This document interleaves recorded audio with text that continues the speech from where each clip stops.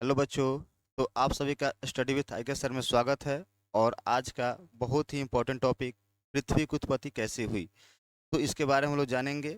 और बहुत ही आसान शब्द में बहुत ही कम समय में पूरी तरह से पृथ्वी का निर्माण कैसे हुआ इसके बारे में हम आपको डिस्कस कर देंगे। पहले आपको हम समझा देंगे, फिर आपको हम पीडीएफ के द्वारा आपको हम समझा देंगे, ठीक है। तो आप लोग चलिए हम लोग शुरू करते हैं वीडियो को। तो देखिए आप लोग को बता दें।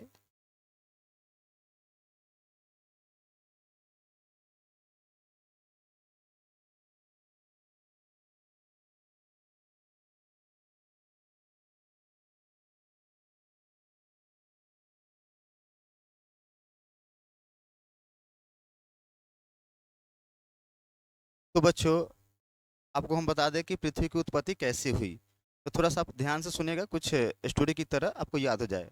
कि स्टोरी से सुनिएगा, आपको लंबे समय तक याद रहेगी, ठीक है। क्योंकि बता दें कि बच्चों कि जो हमारा पृथ्वी था ना, वह प्रारंभ में, यानी कि जब पृथ्वी का निर्माण हो रहा था उस समय शुरुआती दौर में जो हमारी पृथ्वी थी वह बुआ धधकता हुआ आग का गोला था, ठीक है।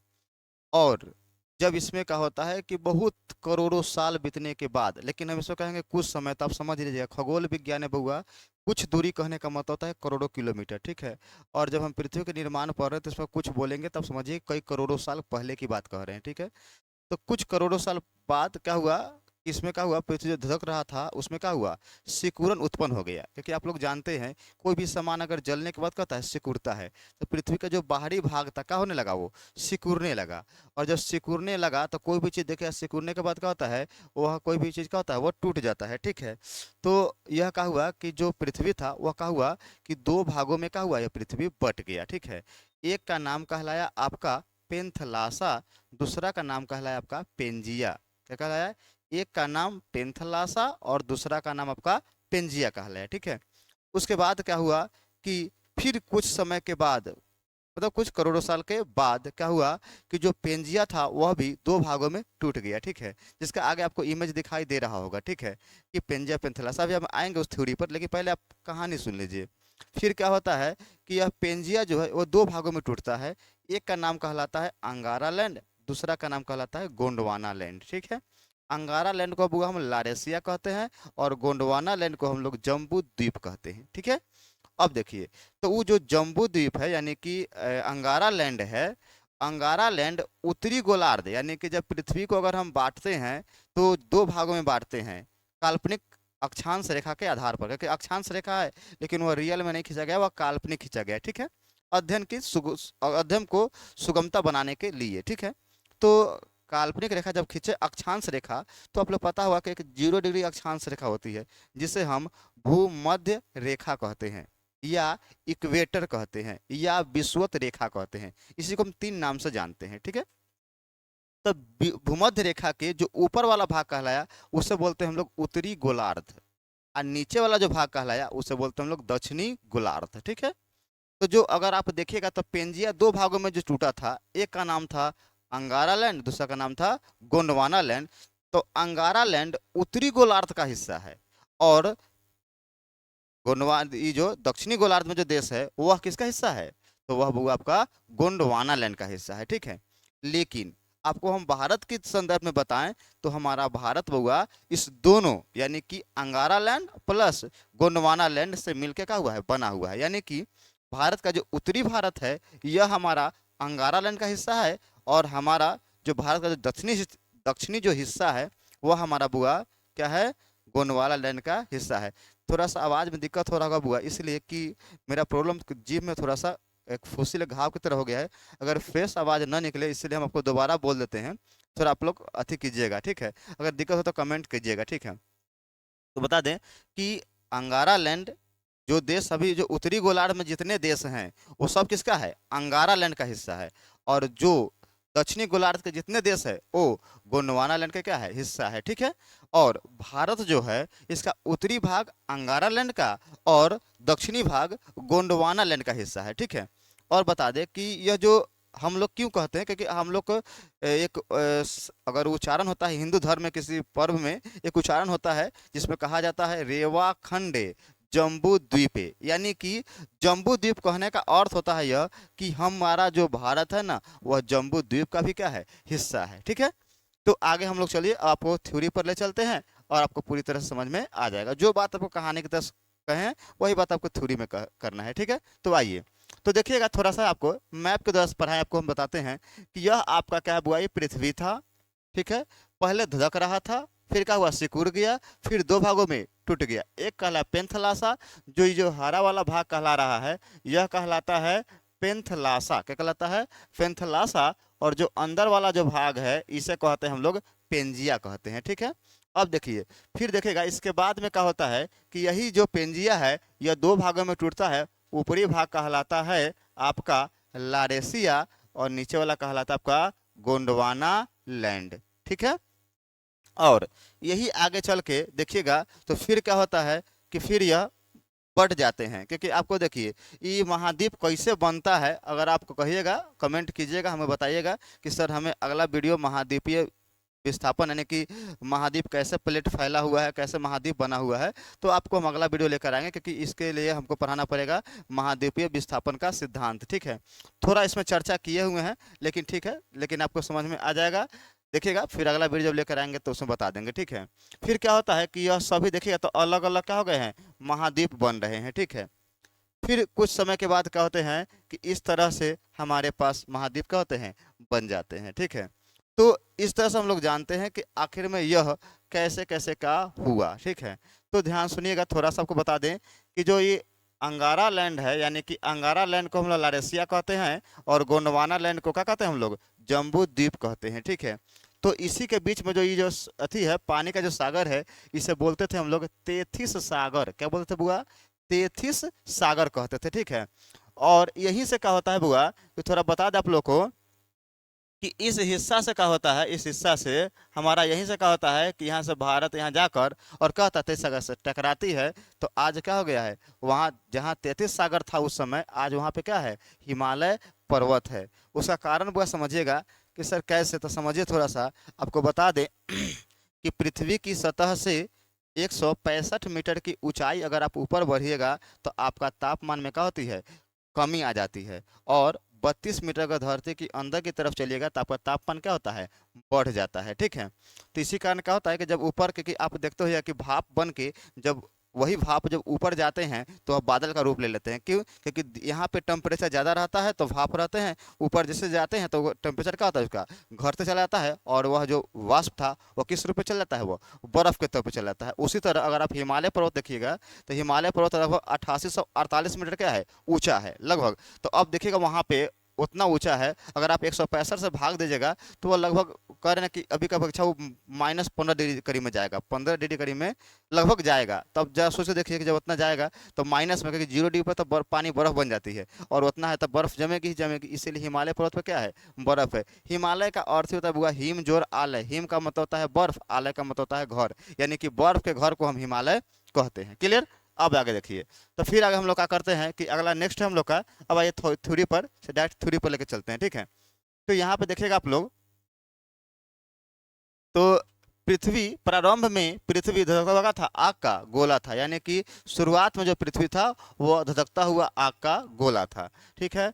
इसे कालांतर में मतलब बहुत समय के बाद इसमें सिकुड़न उत्पन्न हो गया। तो कोई भी सामान जलेगा तो ऊर्जा का खत्म होगा तो क्या होगा, सिकुड़ जाएगा, उत्पन्न हुआ, और इसका बाहरी भाग सिकुड़ गया, और इसका बाहरी भाग क्या हो गया, सिकुड़ गया। और कुछ समय के बाद पृथ्वी दो भागों में बट गया। एक का नाम कहलाया, बाहरी भाग को पेंथलासा कहें और आंतरिक भाग को हम लोग पेंजिया कहा। क्या कहें, बाहरी भाग को पेंथलासा, आंतरिक भाग को पेंजिया कहें। आगे चलकर पेंजिया भी दो भागों में टूट गया, ठीक है। पेंजिया को उत्तरी गोलार्ध, उत्तरी भाग यानी कि अंगारा लैंड, पेंजिया को क्या कहते हैं, उत्तरी भाग यानी कि अंगारा लैंड या लारेसिया कहलाया, ठीक है। और उसमें क्या हुआ कि दक्षिणी गोलार्ध का जो भाग है वह गोंडवाना लैंड यानी कि जम्बू द्वीप कहलाया, ठीक है। अब देखिएगा नेक्स्ट है आपका कि आगे कि वर्तमान में जो है वह उत्तरी गोलार्ध के जो देश है वह अंगारा लैंड का हिस्सा है। क्या बोले बुआ, वर्तमान में जो उत्तरी गोलार्ध का जो देश है, आपको हम बताए हैं, तुरंत आपको हम मैप पर ही बताए हैं कि हमारा अगर पृथ्वी होती है, यह अगर पृथ्वी है तो पृथ्वी के बीचों बीच से खींची जाती है विषुवत रेखा या भूमध्य रेखा। भूमध्य रेखा के ऊपर वाला कहलाता है उत्तरी गोलार्ध, नीचे वाला कहलाता है दक्षिणी गोलार्ध। ठीक है, तो उत्तरी गोलार्ध के जितने भी देश हैं वो किसका हिस्सा है? अंगारा लैंड का। और दक्षिणी गोलार्ध के जितने भी देश है वह किसका है? गोंडवाना लैंड का हिस्सा है। ठीक है, तो वही लिखा हुआ है कि वर्तमान में उत्तरी गोलार्ध के जो देश है वह अंगारा लैंड के भाग है, और जबकि दक्षिणी गोलार्ध के जो देश है वह गोंडवाना लैंड का क्या है? भाग है। क्लियर? आगे आइए अब नेक्स्ट है आपका कि भारत की उत्तरी भाग अंगारा लैंड तथा दक्षिणी भाग गोंडवाना लैंड का भाग है, बता दिया आप लोग को। ठीक है, देखिए अंगारा लैंड तथा गोंडवाना लैंड, अंगारा लैंड तथा गोंडवाना लैंड के बीच में क्या था? तेथिस सागर था। बताए हैं जहां आज हिमालय पर्वत क्या है? स्थित है। आपको हम बता देते कि ऊपर में क्या था आपका? अंगारा लैंड, बीच में गोंडवाना लैंड, बीच में क्या था? तेथिस सागर था। वहीं पे क्या होता है कि भारत की जो गोंडवाना लैंड का जो हिस्सा है दक्षिणी भारत, वो जाकर टकराते हैं, क्या होते हैं? वहाँ पे हिमालय पर्वत का निर्माण होता है। आगे सुनिएगा, महाद्वीपों के वर्तमान स्वरूप को अंतर्राष्ट्रीय मान्यता प्राप्त नहीं है। अभी जो महाद्वीप कैसे फैला है इसको अभी मान्यता प्राप्त अभी नहीं हुआ है। ठीक है, वेगनर ने महाद्वीपीय विस्थापन का सिद्धांत दिया है, और आपको एक मान लीजिए कि वेगनर महोदय जो है इन्होंने क्या किए हैं कि महाद्वीपीय विस्थापन का सिद्धांत किसने दिया है? तो वेगनर महोदय ने दिया है। क्योंकि इन्होंने बहुत सारे ऐसे कंसेप्ट दिए हैं जो इमेजिन करने पर लगता है कि वह सही है, और इनको बात को मान लिया गया है। और इन्होंने सिर्फ इमेजिन ही नहीं किया, इन्होंने बताया भी कि ऐसा क्यों हुआ। ठीक है, कभी इनका पुस्तक है, आप जाके इनका बारे में पढ़िएगा। ठीक है, महाद्वीपीय विस्थापन का। ठीक है, तो उसमें आपको पूरे बताए हुए हैं। ठीक है, और आपको हम तुरंत अगला वीडियो लेकर आने वाले हैं महाद्वीपीय विस्थापन का, तो बताएंगे कि महाद्वीप कैसे फैले हुए हैं। ऐसे तत्काल आप समझ लीजिए कि हमारे जो इस पूरे पृथ्वी पर 7 बड़े महाद्वीप है और 20 छोटे क्या है? महाद्वीप है। ठीक है, आगे आगे आइए, उत्तरी ध्रुव के समीप बिखरे हुए द्वीप को पेंथलासा का भाग कहते हैं। यानी कि उत्तरी ध्रुव के जो समीप जो बिखरा हुआ जो देश है उसे हम क्या बोलेंगे? उसे हम पेंथलासा का भाग कहेंगे। क्लियर? आ गई। नेक्स्ट है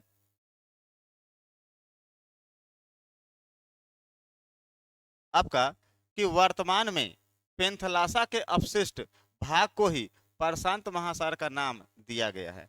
बता दें कि अभी जो वर्तमान में जो प्रशांत महासागर है उसे हम लोग क्या नाम दिया गया है? उसे हम लोग पेंथलासा का ही अपशिष्ट मान लिया गया है कि जो कौन है आपको प्रशांत महासागर है वह किसका है? वह पेंथलासा का ही क्या है? वो हिस्सा उसको माना गया है। लेकिन आपको बता दें कि प्रशांत महासागर का जो निर्माण हुआ है वो इजिप्टा नामक उल्कापिंड के गिरने के कारण हुआ है। ठीक है, जिस समय इजिप्टा नामक उल्कापिंड गिरने के कारण डायनासोर का अंत हुआ था, उस समय क्या हुआ था? प्रशांत महासागर का हुआ था निर्माण हुआ था। ठीक है, आ गई।